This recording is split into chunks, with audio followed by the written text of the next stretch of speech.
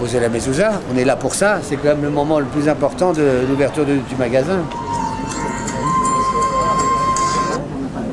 On va faire un mise-mort, un petit Dvar-Torah Katsar, et après on pose la mezouza.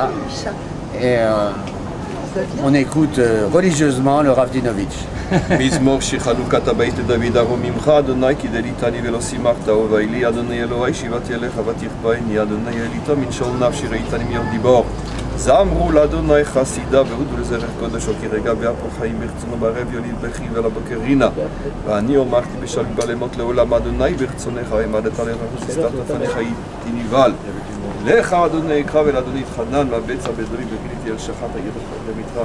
שמע אדוני וכונני אדוני עוזר לי הפכת מספנים לכל לי פיתחת עושה ותזרין שמחה למען זמרך כבוד ואלוהים דום אדוני אלוהי לעולם עודך.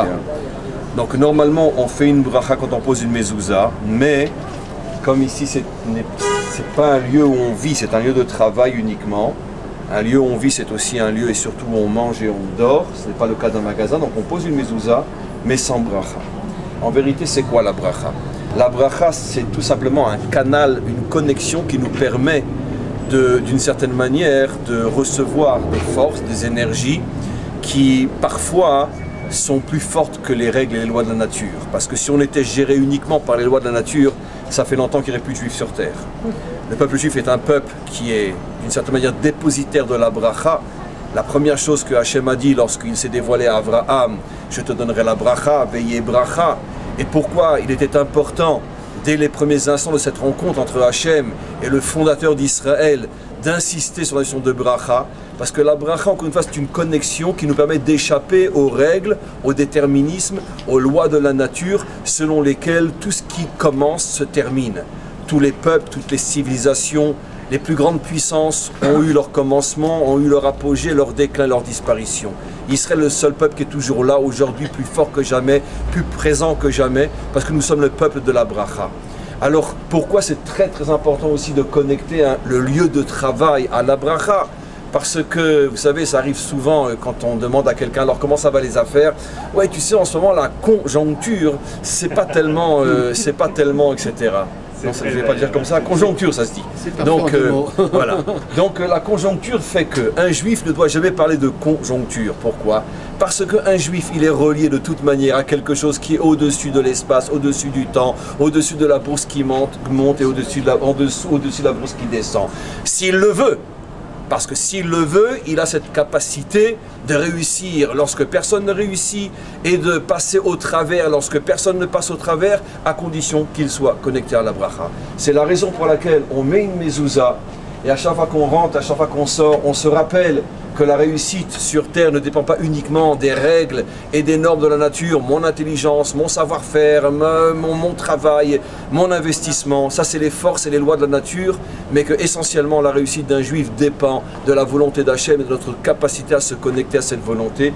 Et donc connaissant la famille Oliel, on n'a aucun doute, Bezrat Hachem, que la bracha va se trouver ici. On vous souhaite une très très grande réussite, une réussite qui continue d'être porteur de brachot tout autour de vous. Amen. Amen. Mazal tov, mazal tov. On ne doit pas jeter l'eau, bien sûr. Mazal tov. On peut l'offrir à quelqu'un qui n'en a pas ou tout ça, voilà. Mazel tov, mazel tov.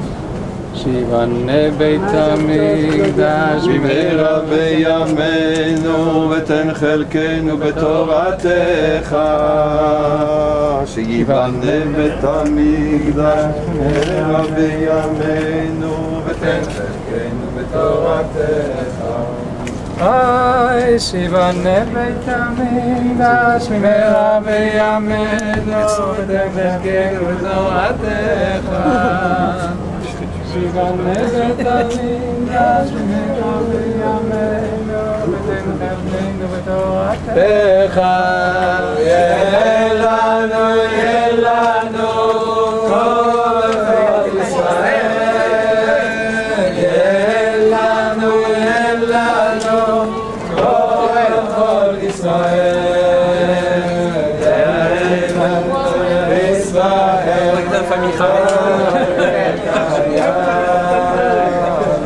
דוד מלך Israël.